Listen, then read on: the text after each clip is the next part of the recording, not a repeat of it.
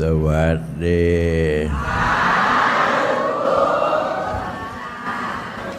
วันนี้ก็มาตามรายการตั้งรายการผูกมัดตัวเองวันอาทิตย์ก็คือวันธรรมะรุ่งสว่างโยมลองเดินหลับตาไม่ลืมตาเดินหลับตามันถึงจะสว่างเท่าไหร่ก็ไปไม่ถูกเพราะไม่มีปัญญาพอเราลืมตาแป๊บนี่เราจะเห็นโดยรอบมันก็เกิดปัญญา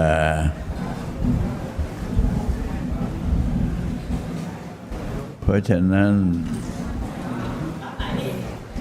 ในมรรคแปดที่พระพุทธเจ้าได้แสดงไว้ว่ามรรคแปดเท่านั้นที่จะเป็นหนทางกลางไม่ตึงไปแล้วก็ไม่หย่อนไปถ้าหากว่าตึงไปก็เดินหลับตาก็เหมือนคนตาบอดมองอะไรไม่เห็นก็ไม่เกิดสติไม่เกิดปัญญาแต่พอลืมตาปั๊บมันจะเห็นหมดเลยนี่ความสว่างของตามนุษย์เราเนี่ยมีความหมายว่าเราจะใช้สติปัญญาของเราที่มีอยู่รักษาตัวให้รอดไปการรักษาหมายถึงว่ารักษาความดีให้เราอยู่ในความดีหรือความชั่วอะไรต่างๆนั้นพระพุทธองค์ก็ได้ทรงแสดงไว้แล้วความชั่วคือบาปความดีคือบุญมีทั้งสองอย่างถ้าหากว่าไปได้รับความลำบากอะไรเกิดขึ้นแล้วก็บอกว่ากรรมตามทันว่างั้นแต่พอไปถึงก็ได้โชคได้ลาภก็ว่าบุญถึงแล้วหมายความว่าได้บุญแล้วทำให้เราเพราะฉะนั้นตัวของเรานี่เองไม่ใช่อื่นไกลตัวบุญกับตัวบาปพอเวลาลำบากขึ้นมาก็นึกถึงว่าทำไมเราจึงเป็นอย่างนี้นี่ก็คือเกิดขึ้นมาในจิตใจพอไปถึงบุญขึ้นมาก็ว่าเกิดมาในท่ามกลางความดีความสุขก็เรียกว่าบุญเพราะฉะนั้นพระพุทธเจ้าจึงแนะนำให้จำแนกแจกลงมาว่าเราจะเลือกเอาอันไหนถ้าเห็นพุทธศาสนิกชนหรือสาธุชนได้มาทำสมาธิกันเยอะๆก็รู้ว่า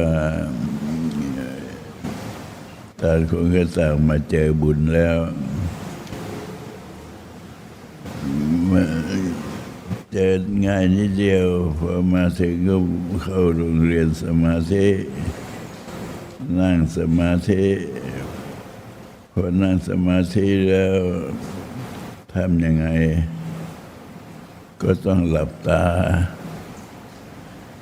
เพราะว่าตาของคนเรานี่มันจะทำให้เกิดแสดงอาการต่างๆถ้าไม่มองไม่เห็นซะมันก็แล้วไป ถ้ามองเห็นมันก็ทำให้เรารู้สึกว่าสิ่งนั้นพอใจสิ่งนี้ไม่พอใจอะไรอย่างนี้บางคนก็คิดถึงเหมือนกันว่าอยากจะทำบุญเยอะๆทำบุญเยอะๆทำยังไงว่าทำบุญเยอะๆก็เรียกว่าทำสมาธิให้มันเกิดดวงตาภายในเพราะว่าคนเราเนี่ยมีอยู่สองตาอย่างตาภายนอกเราลืมตาอย่างนี้เราก็เห็นกันตาภายในก็เห็นอาจเห็นธรรมคำว่าเห็นอาจเห็นธรรมนั้นก็การลบอารมณ์ที่เกิดขึ้นในใจของเรานี่พอเวลามันเกิดอารมณ์ร้ายยับยั้งใจไม่อยู่อารมณ์ร้ายก็จะพาเราไปกระทำบาปต่างๆนานาถ้าหากว่าเป็นอารมณ์ดีก็แสวงหาอะไรที่จะทำให้เกิดบุญกุศล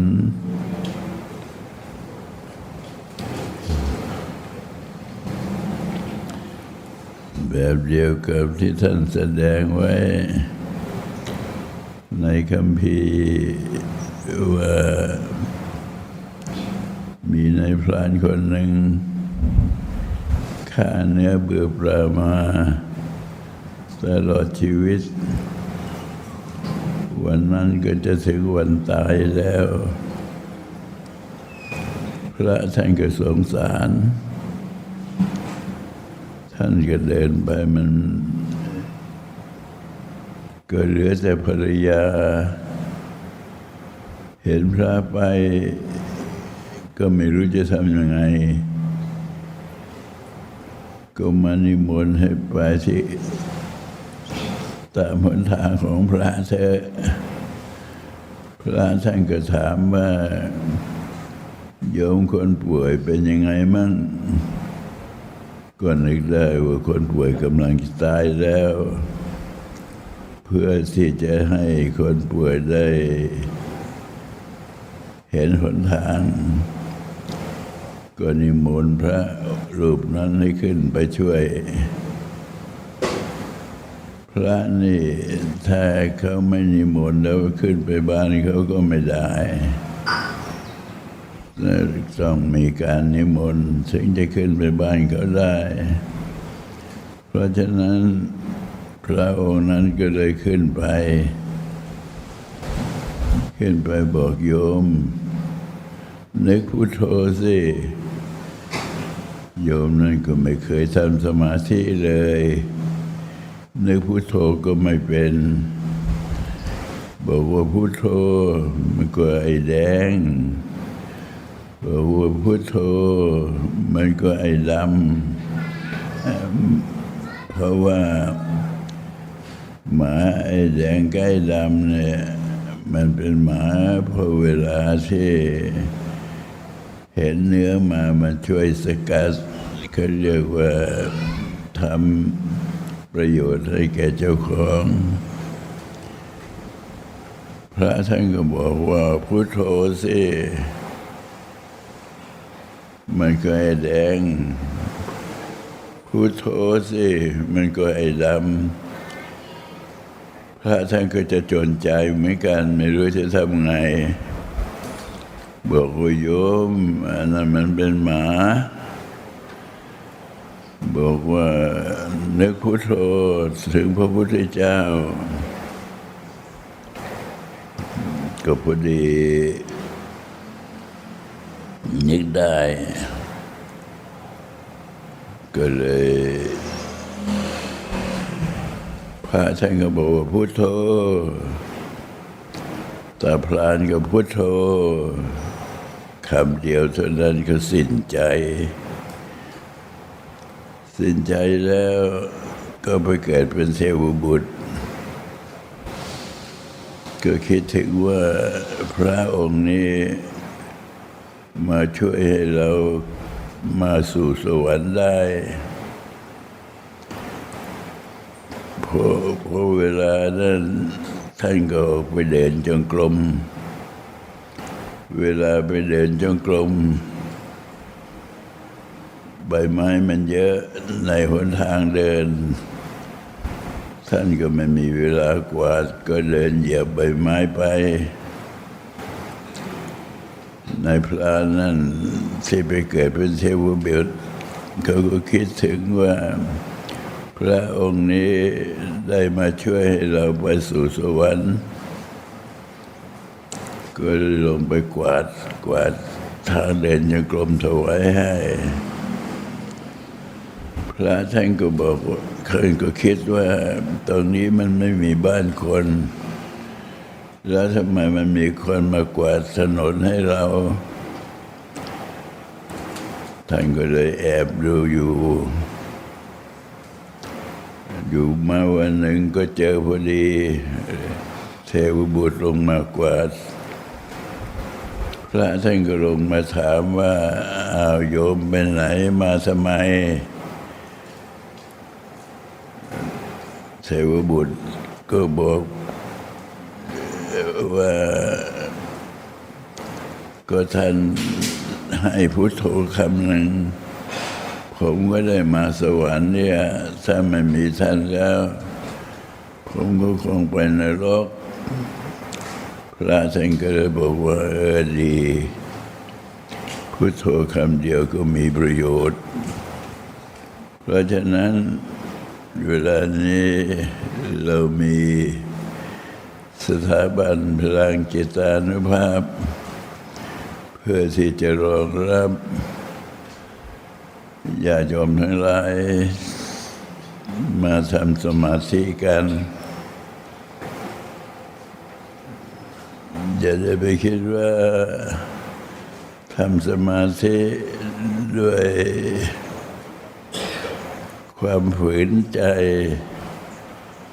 แต่ว่ามาทำสมาธิด้วยความเต็มใจอานิสงส์ก็เกิดขึ้นแล้วบริกรรมคำบริกรรมนั้นก็บริกรรมคำเดียวพุทโธพุทโธก็สองคำพุทโธพุทโธก็เป็นสี่คำ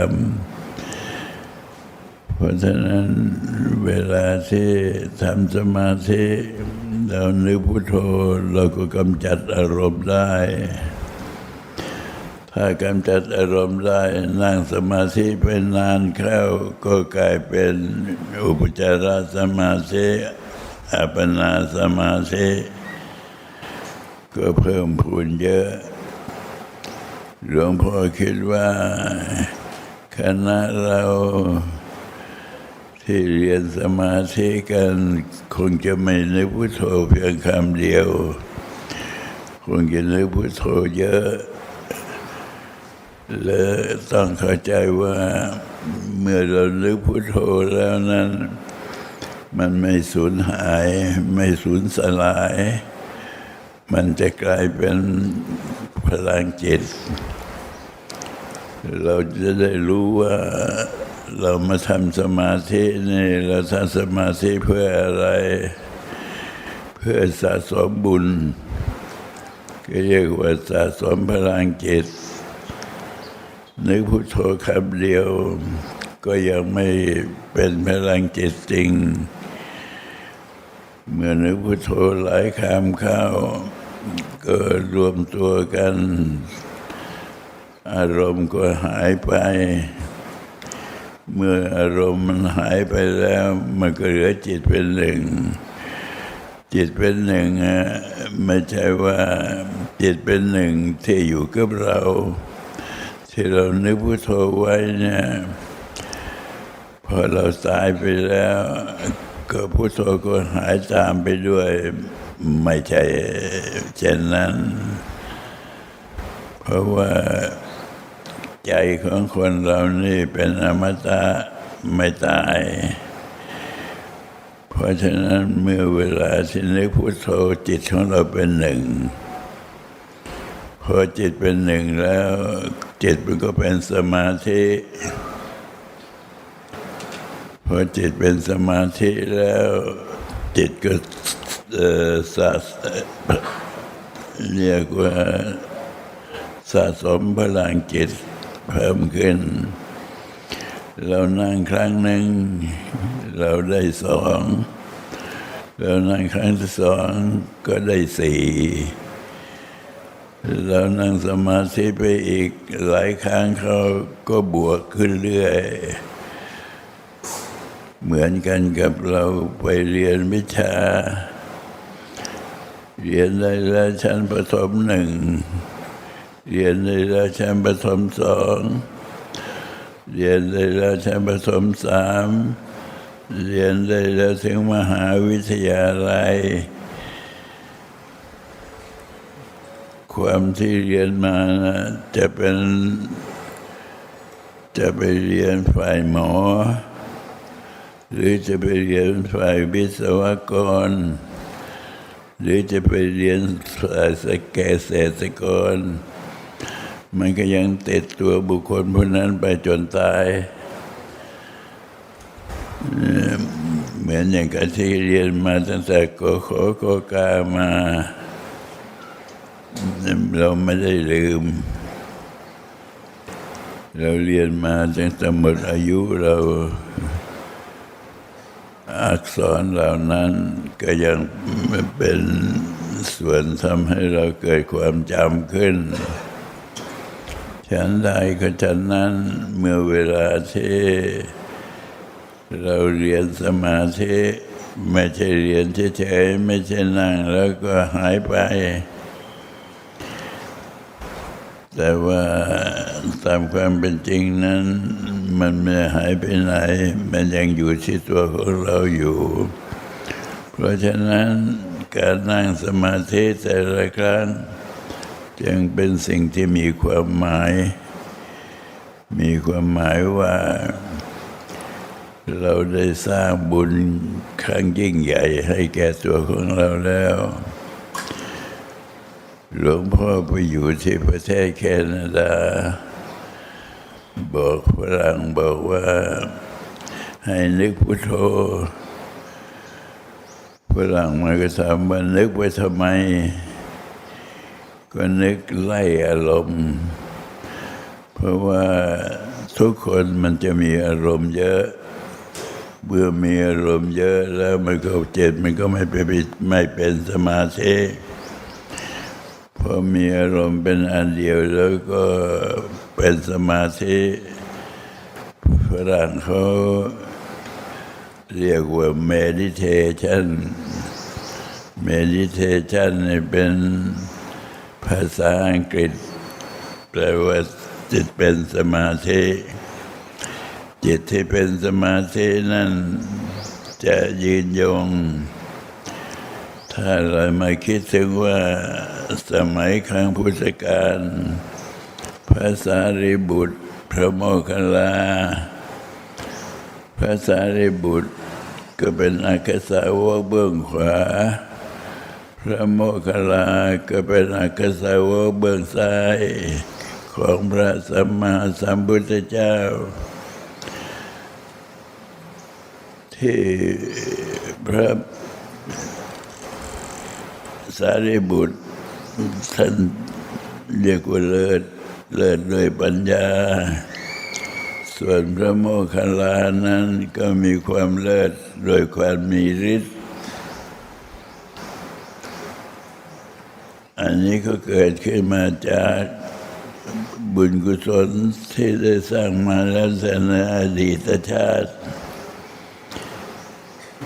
ที่จะเป็นอัคคสาวกพระพุทธเจ้าได้ก็ต้องทำมาหลายแสนปี ไม่ใช่ร้อยไม่ใช่พันเป็นหมื่นเป็นแสนหรือนางวิสาขาที่เป็นผู้อุปถัมภ์พระพุทธเจ้าช่วยในการเผยแพร่พระพุทธศาสนานางก็เกิดมาในตระกูลเศรษฐีครั้งนั้นก็เรียกว่านับไม่ถ้วนมีเงินนับไม่ถ้วนเพราะบุญที่ได้ทำมาในอดีตแล้วก็มารวมตัวกันกลายเป็นลูกสาวเศรษฐีแล้วก็มีรูปร่างสวยงามแล้วก็ทรงไว้ซึ่งคุณธรรมคือพระโสดาบันก็ได้สำเร็จมรรคผลไปไม่ใช่ว่าเกิดเป็นนางวิสาขาแล้วจะได้สำเร็จไปแต่ว่าได้สร้างบุญมาแล้วจากการก่อนเยอะพอมาถึงชาตินี้ก็เติมเพราะฉะนั้นท่านจึงกล่าวว่าพลังจิตเนี่ยเป็นที่รวมบุญวาสนาบารมีมารวมกันอยู่ที่จิตเราว่าโอ้คนนี้มีบุญมากโอ้คนนี้มีบาปมากอะไรอย่างเงี้ยก็แสดงถึงว่าการทำสมาธินั้นมันไม่สูญสลายตัวจะอยู่โยงคงประพัน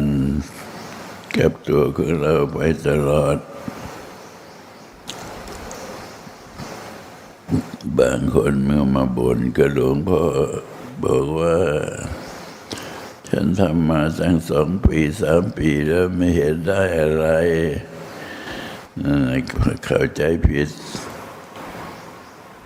ได้ตั้งเยอะตั้งแยะแล้วเก็บไปแล้วเหมือนกันกับคนที่ไปเรียนหนังสือจบม.1 ม.2 ม.3มันก็ไม่มีตัวเลขให้เห็นแต่ว่ามันก็มีสัญญาณแสดงว่าเราได้อ่านออกเขียนได้แล้วจากการศึกษาสมาธิชั้นใดก็ดีการที่เราได้มาทำสมาธิจึงเท่ากันกับว่าเราได้รวมบุญกุศลวาสนาบารมีพร้อมที่ใจของเรานี่เองเป็นเหตุให้เราได้มาทำสมาธิต่อไปในชาตินี้ทีนี้สมาธิที่ทำกันเนี่ยมันได้ผลที่ต้องว่าตัวของเราเองเมื่อทำสมาธิไปสะสมพลังจิตมากเข้าก็ทำให้เกิดการควบคุมจิตใจของเราได้ท่านได้กล่าวไว้ว่าผู้ที่ทำสมาธิจะมีคุณธรรม3 ประการปรากฏขึ้นแก่บุคคลผู้ที่ทำสมาธิคุณธรรม3 ประการนั้นคือข้อที่ 1เป็นผู้รับผิดชอบสูงข้อที่ 2เป็นผู้ที่มีเหตุผลข้อที่ 3เป็นผู้มีเมตตา3 ข้อนี้จะเกิดตามพลังจิตเพราะฉะนั้นปรากฏว่าผู้ที่มาเรียนสมาธิจบแล้วก็อยากจะสอนคนอื่น จิตใจเนี่ยมันเกิดศรัทธาขึ้น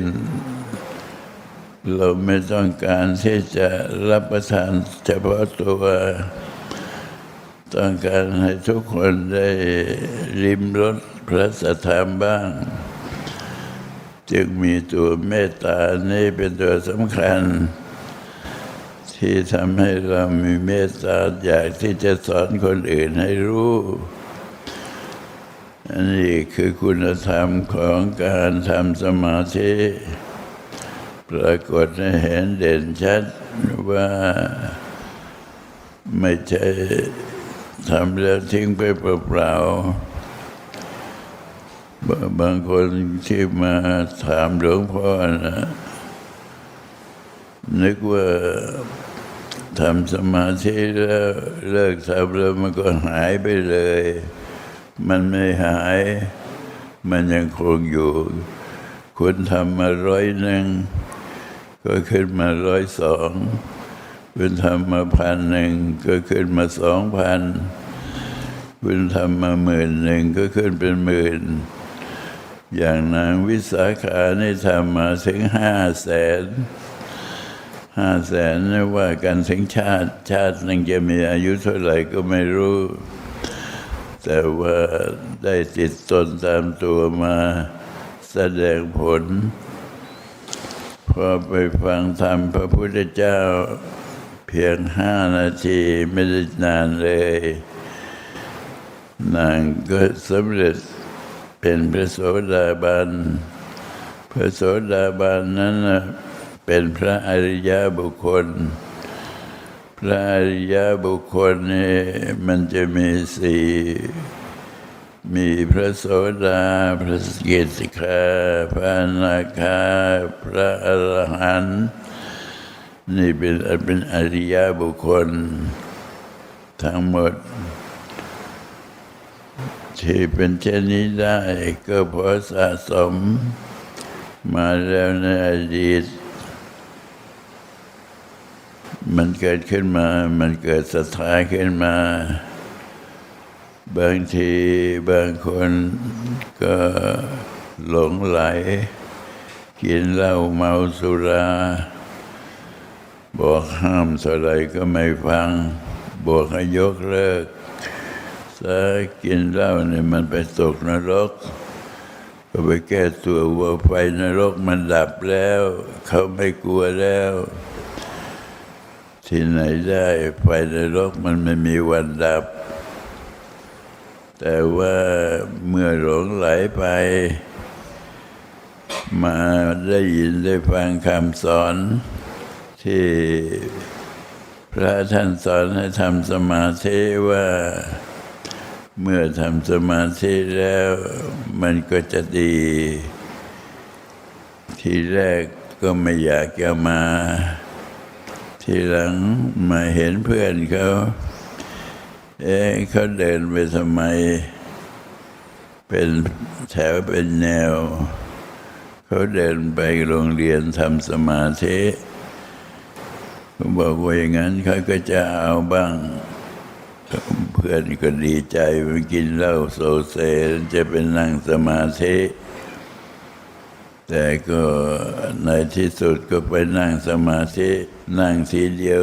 เพื่อนก็มีดวงตาเห็นธรรมเลยบอกว่ากินเหล้าไม่ต้องมีใครสอนแล้ว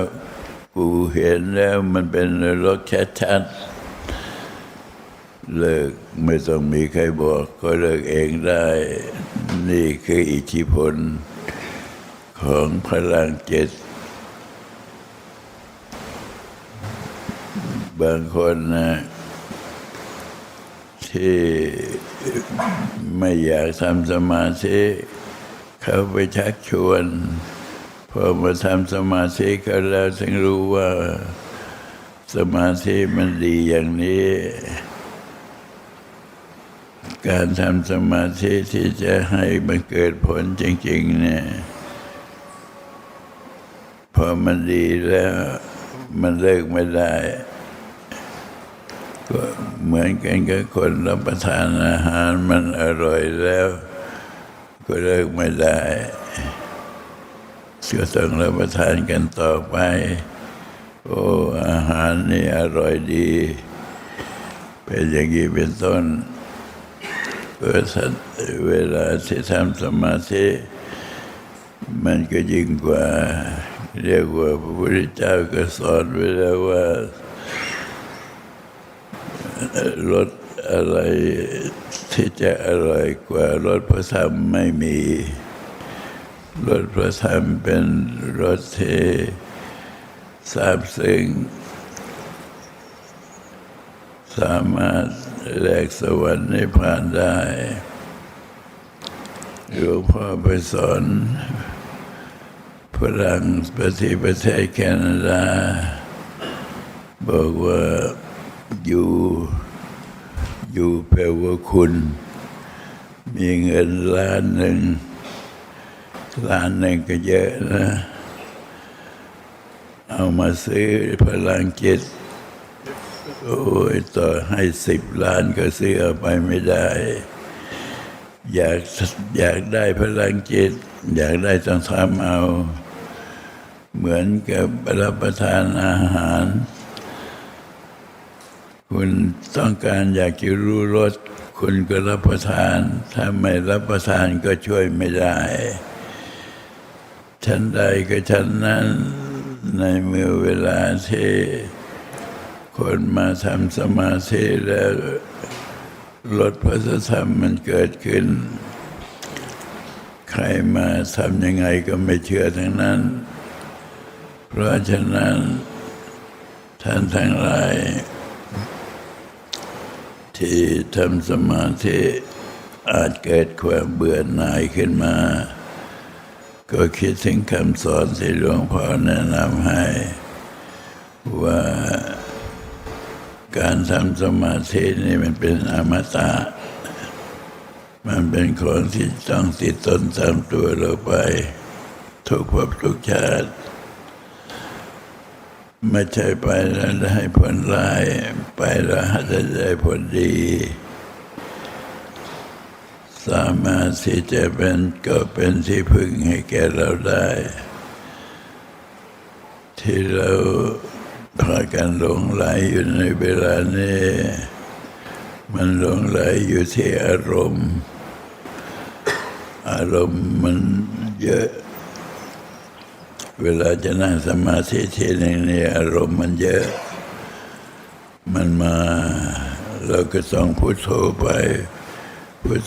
ไม่ช้าอารมณ์พวกนี้มันก็หายเหลือแต่พุทโธเด็กไม่ได้อยากทำสมาธิง่ายนิดเดียวไม่ต้องลงทุนอะไรอย่างนี้เป็นต้นเพราะฉะนั้นอย่าไปดูถูกตัวเราเองบางคนอย่างนี้ต้องลากกันไปเขาคิดถึงเพื่อนว่าเพื่อนในหลงผิดแล้วก็ไปลากเอามาพอเอามาแล้วมานั่งสมาธิจิตมันรวมมันเป็นหนึ่งได้ทีหลังไม่ต้องลากแล้วมันไปลากคนอื่นมาอีก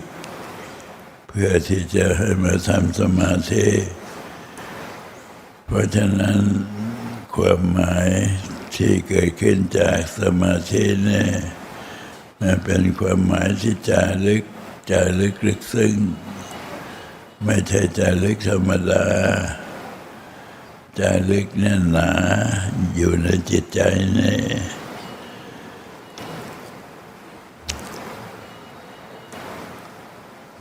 วันนี้ก็คงจะเข้าใจแล้วว่าทำสมาธิเพื่ออะไรเพื่อสะสมพลังจิตเพื่ออะไรพลังจิตก็เป็นบุญเป็นวาสนาเป็นบารมีและเป็นอะไรเป็นเครื่องยกยอจิตวิญญาณดวงนี้ให้สำเร็จมรรคผลไปในอนาคตอย่างนี้เป็นต้นอันนี้ถือว่าคุ้มค่าเมื่อได้ปฏิบัติมาแล้วก็คุ้มค่า ชรเม็ดนิดหนึ่งตัวเพชรเนี่ยเท่าปลายนิ้วก้อยแต่มันราคาเป็นล้านแต่ถ้าว่าเป็นดินหินกรวดไม่ถึงสตางค์เลยไม่ถึงบาทไม่ถึงสตางค์แต่ถ้าเป็นเพชรมันเป็นล้านพุทโธก็เหมือนกันที่เราบริกรรมอยู่เวลานี้เราก็ถ้าว่าเป็นเพชรเม็ดหนึ่งที่เรากำลังจารณัยให้เป็นเพชรที่มีค่าเพชรนี่ถ้าหากว่าไม่จารณัยเป็นก้อนเฉยๆเอามาวางไว้ไม่มีใครรู้มันเป็นเพชรแต่พอจารณัยแล้วถึงจะรู้ว่าโอ้โหนี่มันเพชรราคาหาเรียกว่าหาค่าไม่ได้เพชรจะอยู่ในตัวของเราก็ต่อเมื่อเราได้สร้างความรู้ขึ้นมาให้แก่ตัวเราเองเมื่อทำสมาธิไปแล้วความรู้เหล่านี้มันก็จะเกิดขึ้นเรียกว่าหาค่าไม่ได้เพราะฉะนั้นขอให้ทุกคนจงมีความมานะภาคเพียร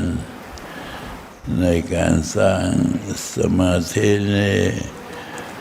ให้เป็นหลักเป็นฐานขึ้นมามันก็จะต่อไปเรื่อยทีนี้หากว่าจิตอันนี้มันไปพบกับมิจฉาทิฏฐิพวกเห็น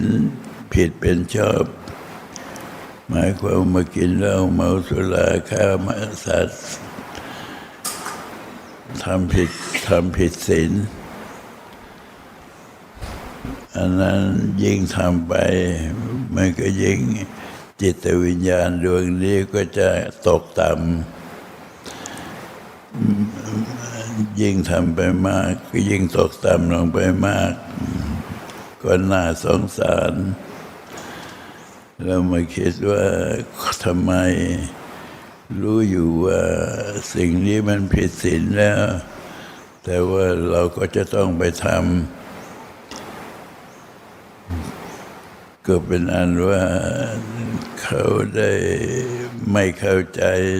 ต่อข้อเท็จจริงที่ว่าจิตวิญญาณดวงนี้มันเป็นจิตวิญญาณที่เป็นเพชรแต่ขาดการจารณัยขาดการศึกษาจิตดวงนี้ก็เลยต่ำต้อยไปแต่ถ้าหากว่ามีการศึกษาเช่นเดียวกับพวกเราแน่นอนว่าจิตนี้จะทำให้เราได้รับผลอย่างน้อยที่สุดพลังจิตก็สามารถควบคุมจิตใจเราได้ไม่ให้หลงไปตามในทางผิดตลอดการในชีวิตหนึ่งนี้ได้เยอะ